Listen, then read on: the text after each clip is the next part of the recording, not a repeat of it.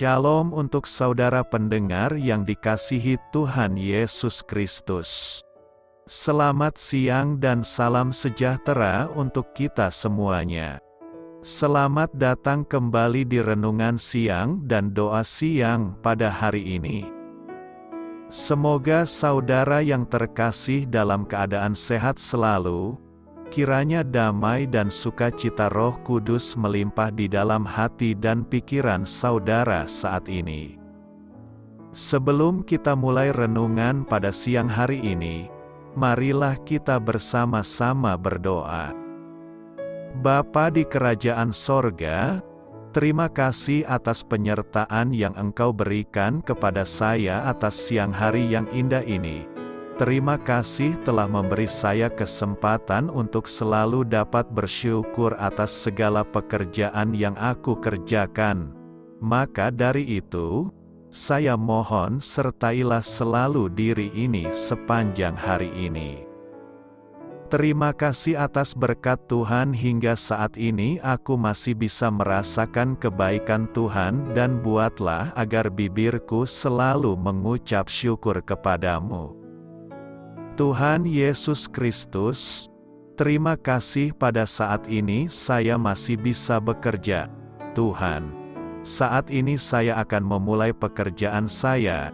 Berkatilah pekerjaan ini dan sertailah sepanjang saya selama bekerja pada hari ini, agar menjadi berkat bagiku, bagi keluargaku dan juga tempat saya bekerja. Berkati seluruhnya di siang hari ini agar berjalan dengan baik dan menjadi berkat untuk kami jalani bersama dengan anak Tuhan yang lainnya. Dalam nama Tuhan Yesus, aku berdoa. Amin. Sahabat saudara rohani, pembacaan ayat emas Alkitab renungan kita siang hari ini. Nats bacaan kita siang hari ini adalah, "Jikalau kamu menuruti perintahku, kamu akan tinggal di dalam kasihku." Tertulis di dalam kitab Yohanes 15 ayat 10. Judul renungan kita hari ini adalah, "Dalam kehangatan kasihnya." Kata bijak Alkitab hari ini adalah, kasih kita kepada Allah nyata dalam kasih kita kepada sesama. Bacaan kita pada siang ini terambil dari kitab Yohanes 15 ayat 5 sampai dengan ayat 17. "Akulah pokok anggur dan kamulah ranting-rantingnya. Barang siapa tinggal di dalam aku dan aku di dalam dia, ia berbuah banyak. Sebab di luar aku kamu tidak dapat berbuat apa-apa. Barang siapa tidak tinggal di dalam aku, ia dibuang keluar seperti ranting dan menjadi kering, kemudian dikumpulkan orang dan dicampakkan ke dalam api lalu dibakar. Jikalau kamu tinggal di dalam aku dan firman-Ku tinggal di dalam kamu, mintalah apa saja yang kamu kehendaki, dan kamu akan menerimanya. Dalam hal inilah Bapa-Ku dipermuliakan, yaitu jika kamu berbuah banyak dan dengan demikian kamu adalah murid-murid-Ku. Seperti Bapa telah mengasihi aku, demikianlah juga aku telah mengasihi kamu. Tinggallah di dalam kasih-Ku itu. Jikalau kamu menuruti perintah-Ku, kamu akan tinggal di dalam kasih-Ku. Seperti aku menuruti perintah Bapa-Ku dan tinggal di dalam kasih-Nya. Semuanya itu kukatakan kepadamu, supaya sukacitaku ada di dalam kamu dan sukacitamu menjadi penuh. Inilah perintahku, yaitu supaya kamu saling mengasihi, seperti aku telah mengasihi kamu. Tidak ada kasih yang lebih besar daripada kasih seorang yang memberikan nyawanya untuk sahabat-sahabatnya. Kamu adalah sahabatku, jikalau kamu berbuat apa yang kuperintahkan kepadamu. Aku tidak menyebut kamu lagi hamba, sebab hamba tidak tahu apa yang diperbuat oleh tuannya. Tetapi aku menyebut kamu sahabat, karena aku telah memberitahukan kepada kamu segala sesuatu yang telah kudengar dari Bapa-Ku.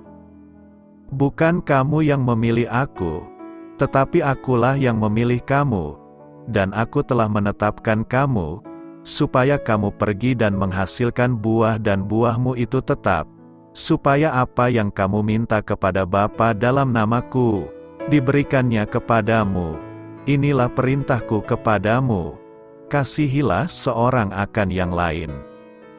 Ayat di atas terambil dari kitab Yohanes 15 ayat 5 sampai dengan ayat 17. Mari kita mulai renungan siang kita. Baiklah, mari kita mulai segmen kisah inspiratif. Cerita renungan siang kita hari ini adalah dalam bukunya yang berjudul The Best Is Yet to Be, yang artinya yang terbaik belum datang. Henry Durbanville bercerita tentang seorang gadis kecil di London yang mendapat penghargaan dalam suatu pameran bunga.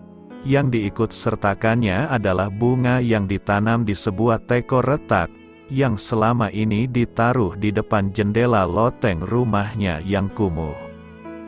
Ketika ditanya bagaimana caranya ia merawat bunga seindah itu di lingkungan yang tampaknya tak memungkinkan sehingga bunga itu dapat tumbuh indah, ia berkata bahwa ia selalu memindah-mindahkan posisi bunga itu agar selalu terkena sinar matahari.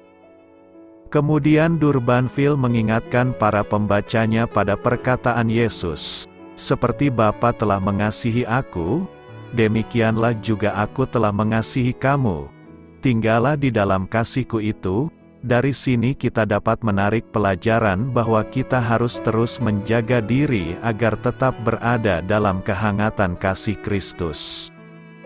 Kita tinggal dalam kasih Kristus tatkala kita menunjukkan kasih kepada sesama. Yesus memperjelas hal ini dengan kata-katanya, "Jikalau kamu menuruti perintahku, kamu akan tinggal di dalam kasihku. Inilah perintahku, yaitu supaya kamu saling mengasihi, seperti aku telah mengasihi kamu. Tidak ada kasih yang lebih besar daripada kasih seorang yang memberikan nyawanya untuk sahabat-sahabatnya."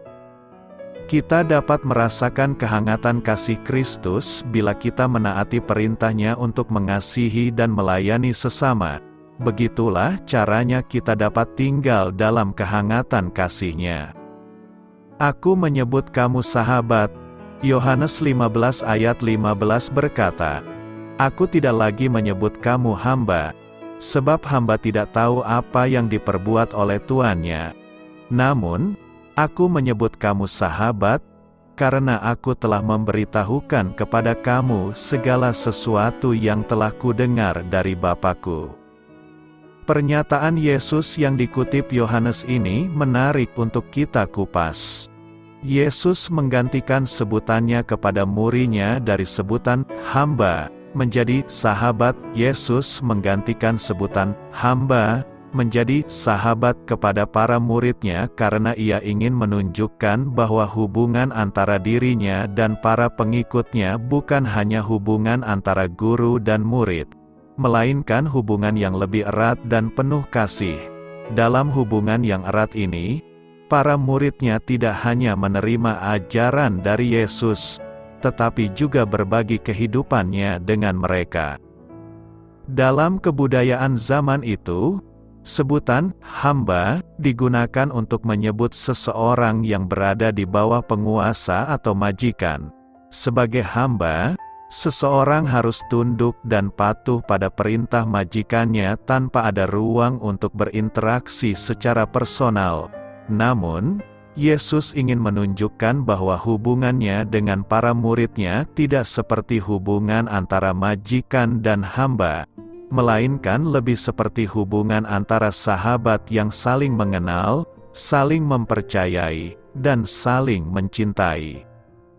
Dengan menggunakan sebutan sahabat, Yesus menunjukkan bahwa hubungannya dengan para muridnya didasarkan pada kasih, kepercayaan, dan pengetahuan yang mendalam tentang kehendak Allah. Hubungan yang seperti ini memungkinkan para muridnya untuk terus belajar dan tumbuh dalam iman mereka, sambil saling mendukung dan memperkuat satu sama lain di dalam persekutuan mereka dengan Yesus dan dengan sesama Kristen. Bersahabat dengan Yesus akan menghasilkan iman dan tindakan yang positif dan membangun. Persahabatan yang menghasilkan buah-buah positif adalah persahabatan yang produktif dan konstruktif. Sebaliknya, persahabatan yang tidak membuahkan makna hanya akan menjadi pengisi waktu kosong belaka.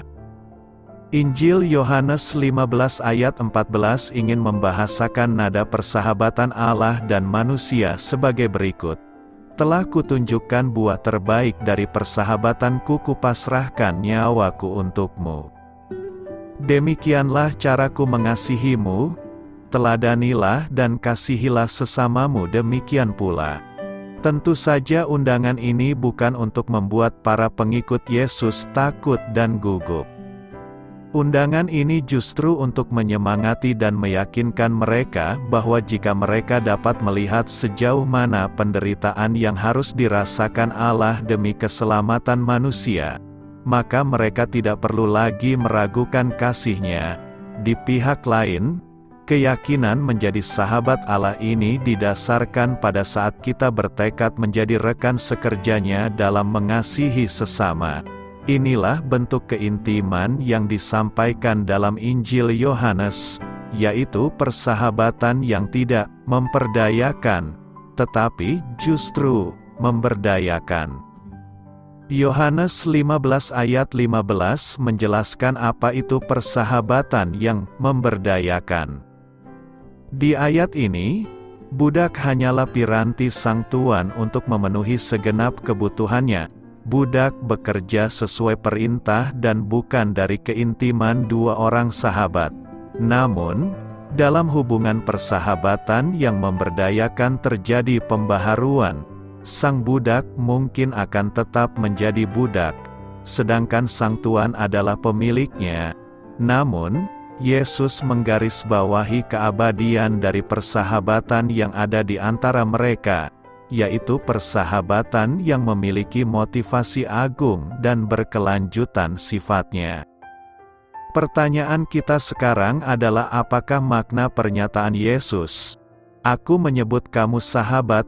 Bagi kita, ada beberapa makna dari pernyataan Yesus ini, yakni: pertama, dengan menyebut para muridnya sebagai sahabat, Yesus menunjukkan bahwa hubungan antara dirinya dan para pengikutnya bukan hanya hubungan guru dan murid, tetapi juga hubungan yang erat dan penuh kasih. Yesus tidak hanya memberikan ajarannya kepada para muridnya, tetapi juga berbagi kehidupannya dengan mereka. Kedua, Yesus menyatakan bahwa para muridnya adalah sahabatnya karena Ia telah memberitahukan kepada mereka segala sesuatu yang Ia dengar dari Bapa-Nya. Ini menunjukkan bahwa para muridnya tidak hanya menerima ajaran dari Yesus, tetapi juga memahami rahasia-rahasia kerajaan Allah yang hanya dapat diterima oleh orang-orang yang dekat dengan Allah. Ketiga, pernyataan ini juga menunjukkan bahwa hubungan antara Yesus dan Bapa-Nya sangatlah intim dan bahwa Yesus memiliki pengetahuan yang mendalam tentang kehendak Bapa-Nya. Dengan memberitahukan segala sesuatu yang Ia dengar dari Bapa-Nya kepada para murid-Nya, Yesus memperlihatkan bahwa Ia adalah utusan Allah yang setia dan bahwa Ia memiliki kuasa untuk mengajarkan kebenaran Allah kepada orang-orang. Memiliki sahabat sangatlah berarti dalam hidup, terlebih jika kita menjalin persahabatan dengan Tuhan. Selama ini mungkin kita hanya mengenal Yesus sebagai Bapa, Raja atau Juru Selamat. Namun apakah kita sudah mengenal Dia sebagai sahabat? Mungkinkah kita bersahabat dengan Tuhan? Sangat mungkin. Ayat Nas menegaskan bahwa Tuhan menyebut anak-anak-Nya sebagai sahabat. Sebab Ia ingin selalu dekat dengan kita, Dia ingin berbicara dari hati ke hati dengan kita, ingin bergaul karib dengan kita, bahkan Ia memberikan nyawanya untuk kita. Tapi kita sering menjauh darinya dan tak pernah punya waktu untuk Dia.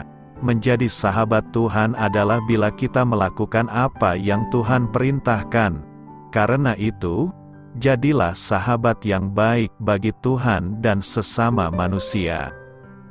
Bersukacitalah senantiasa. Filipi 4 ayat 4-5 berkata, bersukacitalah senantiasa dalam Tuhan. Sekali lagi kukatakan, bersukacitalah. Hendaklah kebaikan hatimu diketahui semua orang, Tuhan sudah dekat.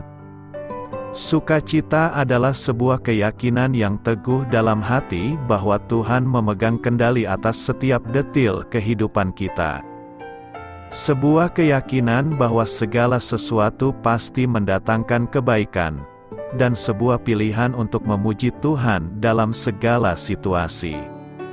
Sukacita seharusnya menjadi bagian penting dalam hidup orang percaya. Sukacita yang dimaksud bukanlah seperti yang dunia berikan, yang sifatnya semu dan bergantung kepada hal-hal lahiriah semata, melainkan yang bersifat kekal, yang diberikan oleh Roh Kudus, yang keluar dari dalam hati kita dan mengalir secara berlimpah meski berada di tengah badai sekalipun. Sukacita berbicara tentang kedamaian dan kesukaan di dalam hati oleh karena Tuhan, sumber sukacita itu sendiri. Di hadapanmu ada sukacita berlimpah-limpah, di tangan kananmu ada nikmat senantiasa. Mengapa harus selalu bersukacita? Karena kita beroleh keselamatan dari Allah di dalam Kristus. Sukacita adalah salah satu dari 9 buah roh. Tanda dari kehidupan orang yang dewasa rohani adalah dihasilkannya buah roh dalam keseharian hidupnya. Jadi hasilkanlah buah yang sesuai dengan pertobatan. Alkitab menegaskan bahwa kita dapat menghasilkan buah apabila kita memiliki persekutuan yang karib dengan Tuhan. Sama seperti ranting tidak dapat berbuah dari dirinya sendiri, kalau ia tidak tinggal pada pokok anggur, demikian juga kamu tidak berbuah, jikalau kamu tidak tinggal di dalam Aku. Tuhan Yesus berkata, jikalau kamu menuruti perintah-Ku, kamu akan tinggal di dalam kasih-Ku, seperti Aku menuruti perintah Bapa-Ku dan tinggal di dalam kasih-Nya. Artinya, kunci untuk mengalami sukacita sejati adalah taat melakukan firman dan hidup di dalam kasih. Sukacita kita bukan hanya saat-saat bahagia, tetapi bagaimana kalau ada pergumulan, ada masalah kita, apa mampu bersukacita? Paulus mengajak kita dalam keadaan apapun kita harus boleh bersukacita. Persoalannya adalah bagaimana agar kita senantiasa bersukacita. Apa yang harus kita perbuat? Untuk itu perlu kita renungkan, yaitu: pertama, hiduplah di dalam Tuhan. Kita senantiasa menyerahkan tubuh, jiwa, roh kepada Tuhan, setia berdoa, mendengar firman-Nya dan memuji nama-Nya, seperti kata pemazmur, Mazmur 37 ayat 4, bergembiralah karena Tuhan, orang yang hidup di dalam Tuhan akan selalu bersukacita.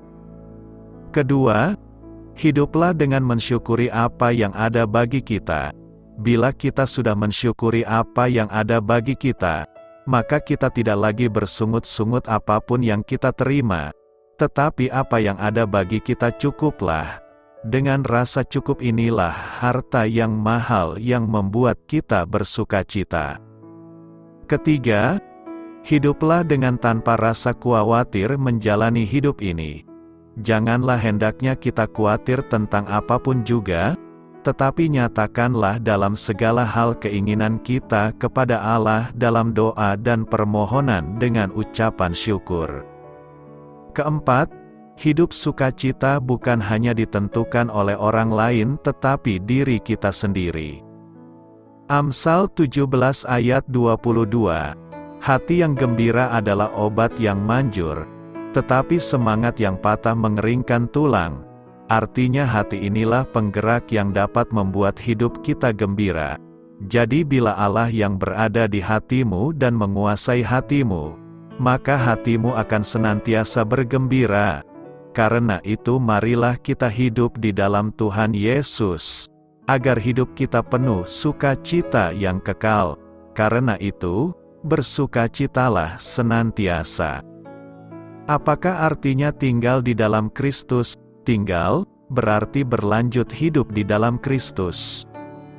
Ketika seseorang diselamatkan, ia digambarkan sebagai di dalam Kristus, berhubungan secara permanen bersamanya dengan aman. Jadi, tinggal di dalam Kristus bukan satu tingkatan khusus dari kekristenan, yang terbatas pada orang-orang dewasa rohani saja, melainkan, ialah posisi semua umat percaya.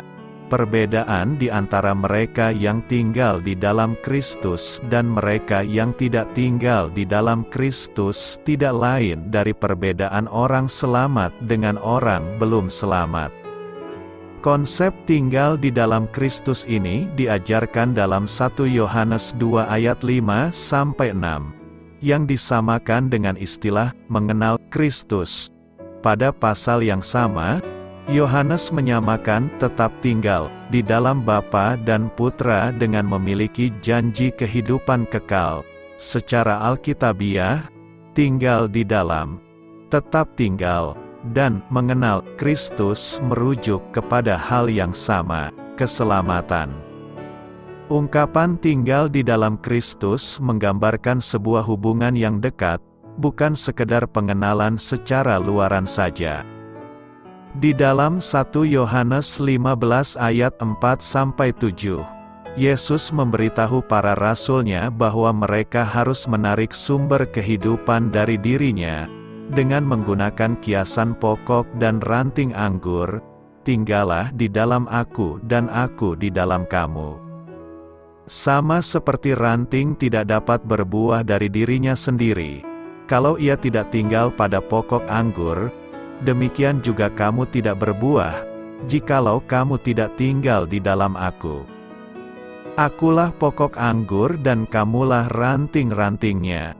Barang siapa tinggal di dalam aku dan aku di dalam dia, ia berbuah banyak. Sebab di luar aku kamu tidak dapat berbuat apa-apa. Barang siapa tidak tinggal di dalam aku, ia dibuang keluar seperti ranting dan menjadi kering. Kemudian dikumpulkan orang dan dicampakkan ke dalam api lalu dibakar. Jikalau kamu tinggal di dalam aku dan firman-Ku tinggal di dalam kamu, mintalah apa saja yang kamu kehendaki, dan kamu akan menerimanya. Tanpa keterhubungan hayati dengan Kristus yang diperoleh melalui keselamatan, tidak akan ada kehidupan dan produktivitas. Di tempat lain, Alkitab menggambarkan hubungan kita dengan Kristus seperti tubuh yang terhubung dengan kepala menjadi sebuah hubungan esensial. Ada beberapa orang yang mengartikan himbauan Yohanes 15 ayat 6. Orang yang tidak tinggal di dalamnya akan dibuang, menjadi kering, dan dibakar, sebagai himbauan bahwa umat Kristus dapat kehilangan keselamatannya.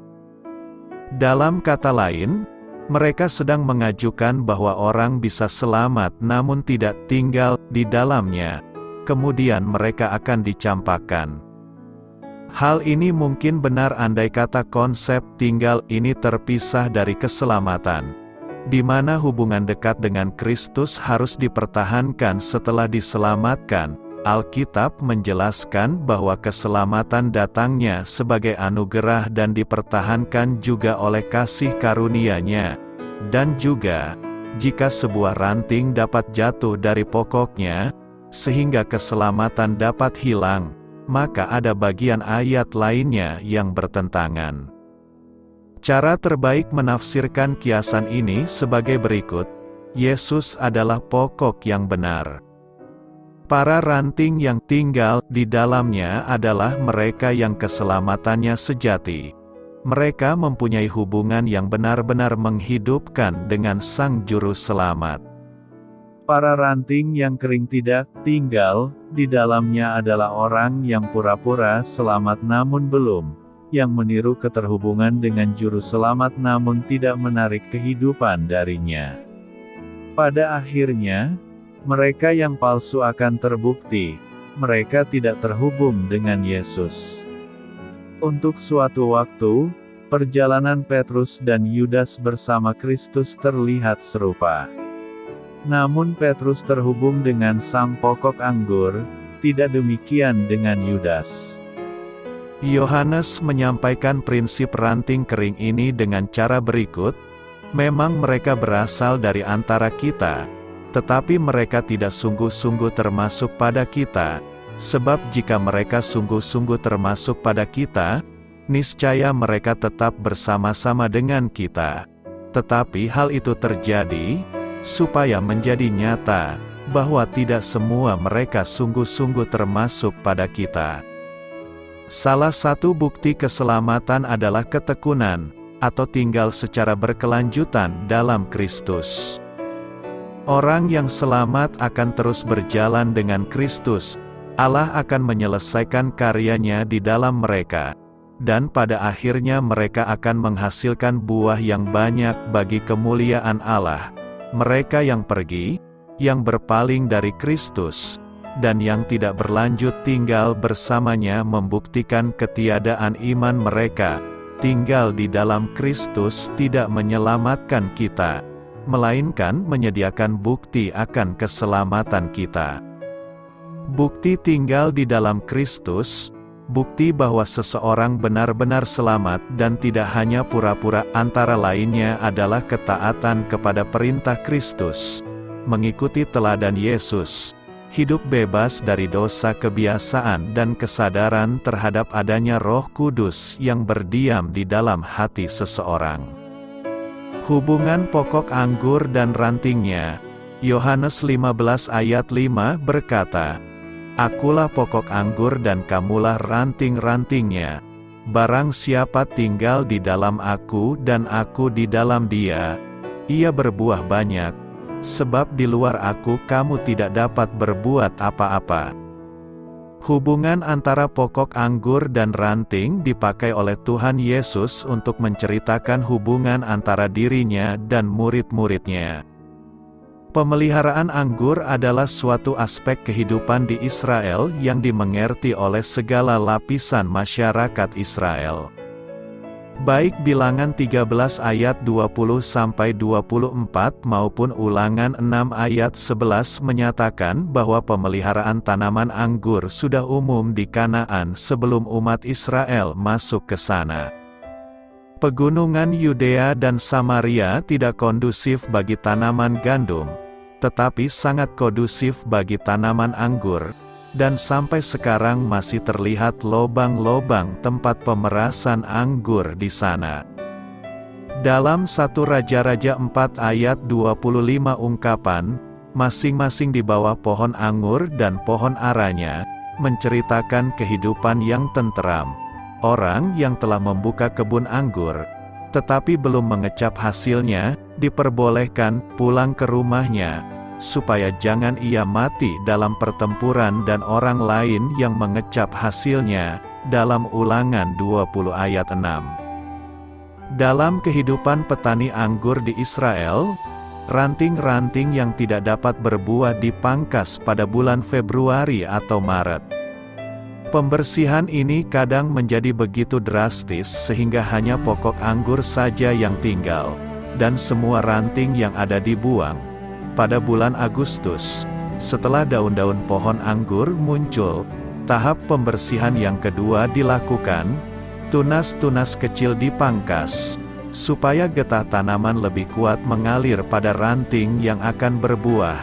Tanaman anggur dipangkas supaya getah tidak mengalir pada daun-daun dan ranting-ranting yang tidak berguna bagi sang pemilik kebun anggur itu. Dalam perumpamaan atau kiasan ini, Tuhan Yesus menggambarkan dirinya sebagai pohon anggur yang benar, dan murid-muridnya sebagai ranting-rantingnya, dengan tetap terpaut padanya sebagai sumber kehidupan. Mereka dapat menghasilkan buah. Allah dilukiskan sebagai tukang kebun yang memelihara ranting-ranting itu supaya tetap berbuah. Allah mengharapkan agar kita semua berbuah. Dalam ayat 5 ini, kita menemukan ungkapan yang senada dengan ayat 4, yaitu, "Barang siapa tinggal di dalam aku," kata yang diterjemahkan, tinggal, ini berasal dari kata kerja Yunani meno. Secara harfiah berarti berdiri tetap dan bukan sekedar tinggal, dengan pasif dan tidak menghasilkan apa-apa, tetapi, tinggal melekat, tetap menancap kepada sang pokok anggur, untuk bersiap sedia menghasilkan buah. Murid-murid Kristus harus bersatu dengan sumber kehidupan agar terus hidup.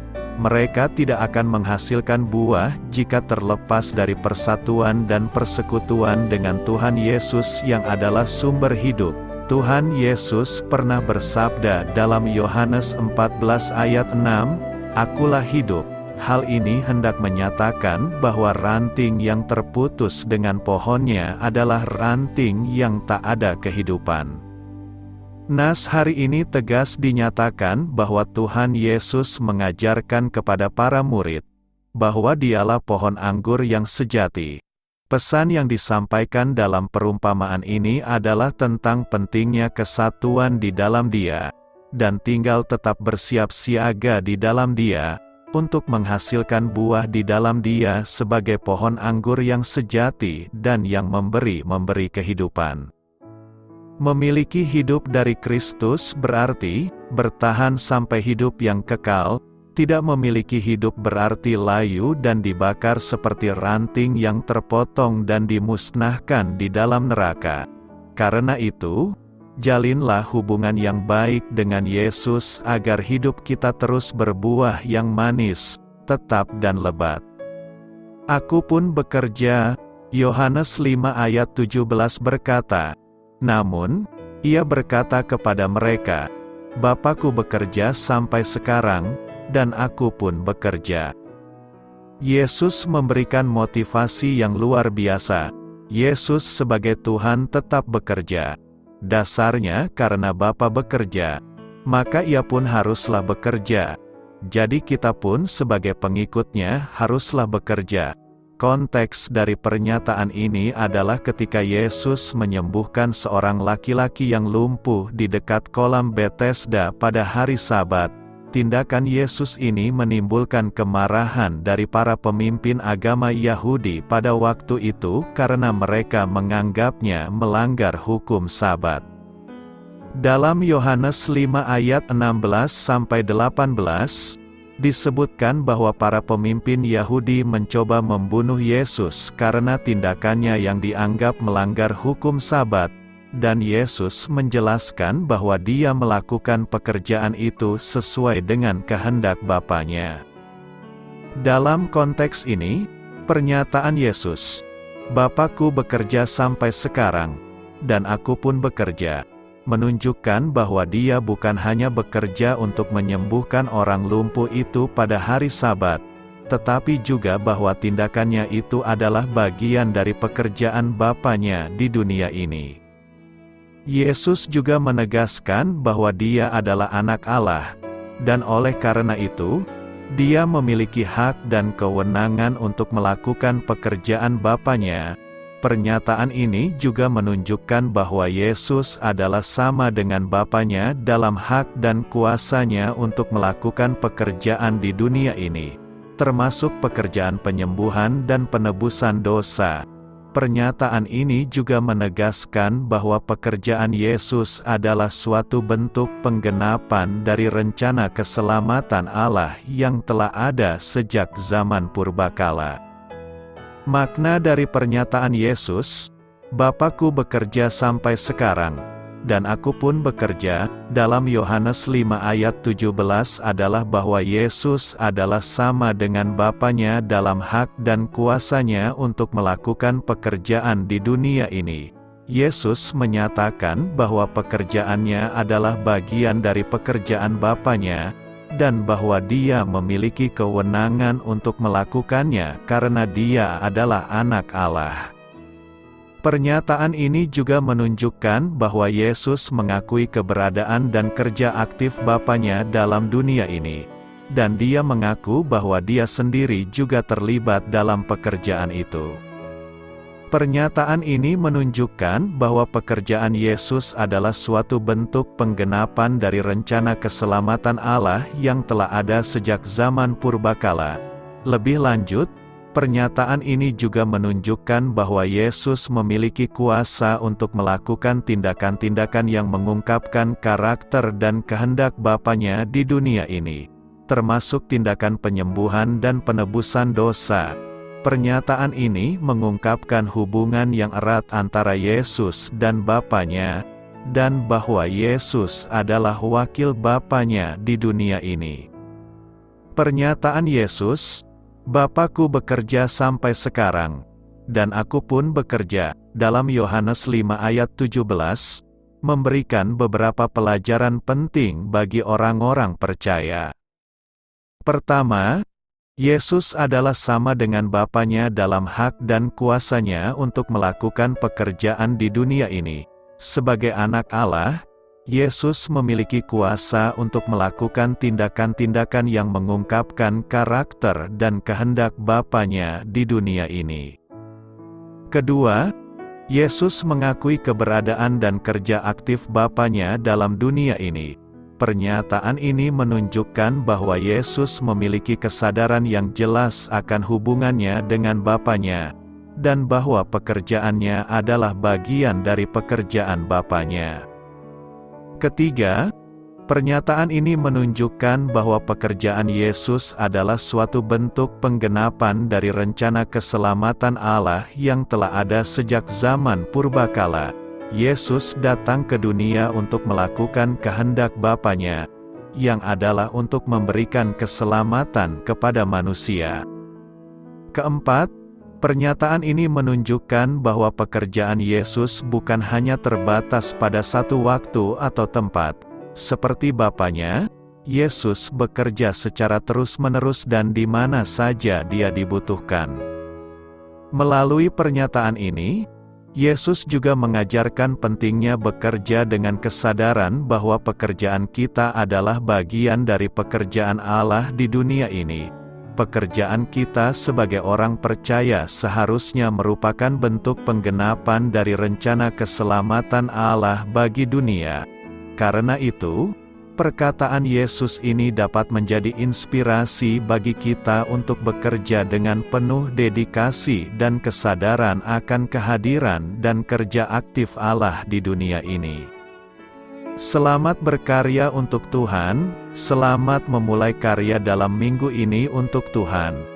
Doa saya menyertai saudara sekalian, saya memberkati Anda agar sewaktu Anda mencarinya dari Dia, Bapa Surgawi Anda akan memberikan bagi Anda roti harian Anda. Dalam nama Yesus Kristus, Tuhan yang berkuasa atas alam semesta dan menuntun kita kepada iman yang menyelamatkan, Tuhan Yesus menyertai senantiasa. Tuhan memberkati. Amin.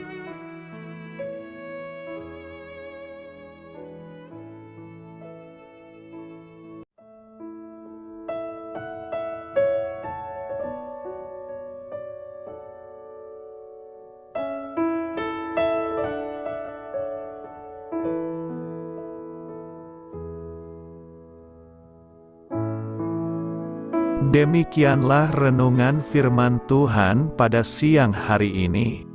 Semoga menjadi kekuatan di dalam hidup kita dan menjadikan kita pribadi yang lebih sukses. Sebelum kita memulai aktivitas hari ini, marilah kita berdoa.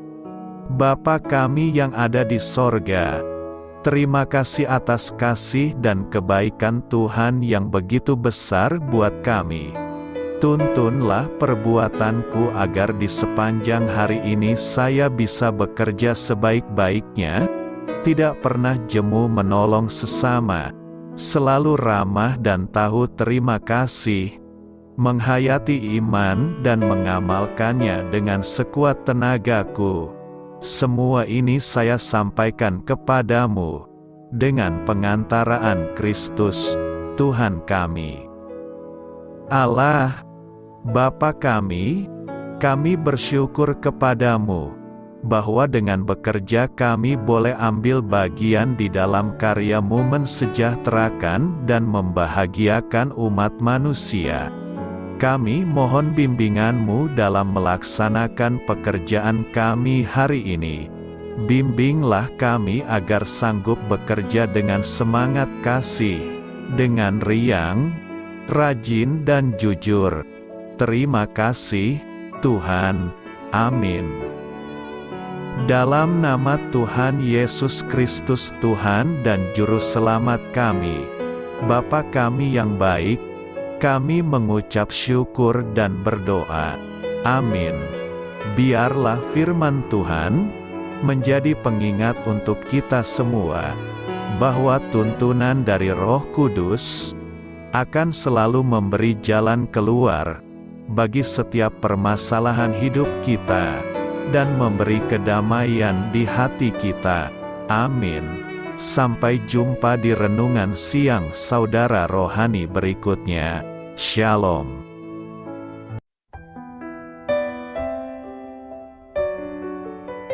Halo untuk semua pendengar saudara rohani yang terkasih di dalam nama Tuhan Yesus Kristus dimanapun berada. Mari dukung kami, tim redaksi Renungan Harian Saudara Rohani dengan cara memberikan bantuan, kritik dan masukan. Saudara dapat memberikan masukan melalui kolom komentar di bawah atau mengirim kepada kami langsung melalui email yang tertera di layar Anda, saudararohani@gmail.com. Jika saudara terberkati melalui renungan ini, saudara dapat mendoakan kami dan memberikan bantuan lainnya dengan mengirim email kepada kami. Saya berdoa agar saudara sekalian bahagia dan sehat selalu. Amin.